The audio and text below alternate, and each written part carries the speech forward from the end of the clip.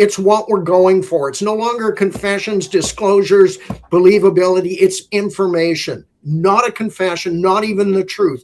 The truth is a concept that most of us can't even speak to on the stand. So I'd be very careful saying I was seeking the truth. And in fact, your truth might be different from my truth, but it doesn't mean it's wrong. There are many reasons for that. So why don't we keep to simple things? We're seeking information, not a confession. That means we got to change the culture by doing some of these things.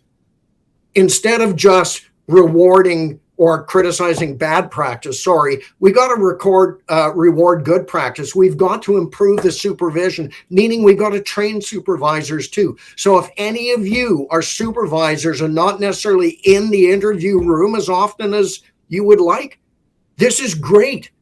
This is absolutely fantastic because you will be able to supervise properly and see when things are going bad or well with the people that report to you. We got to do culture audits.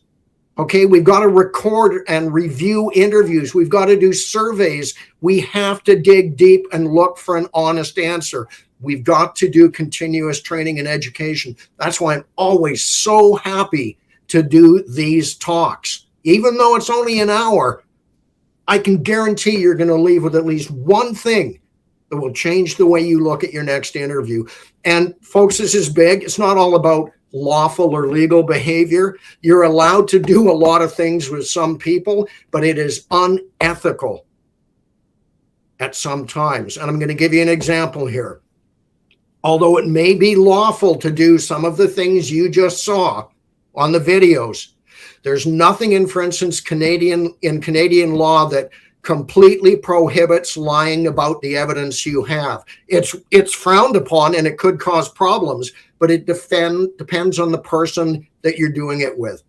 So what may be ethical for a very sophisticated person may not be ethical if somebody is not sophisticated, is not educated, etc. So it's very nuanced, and we have to look at ethics in that way.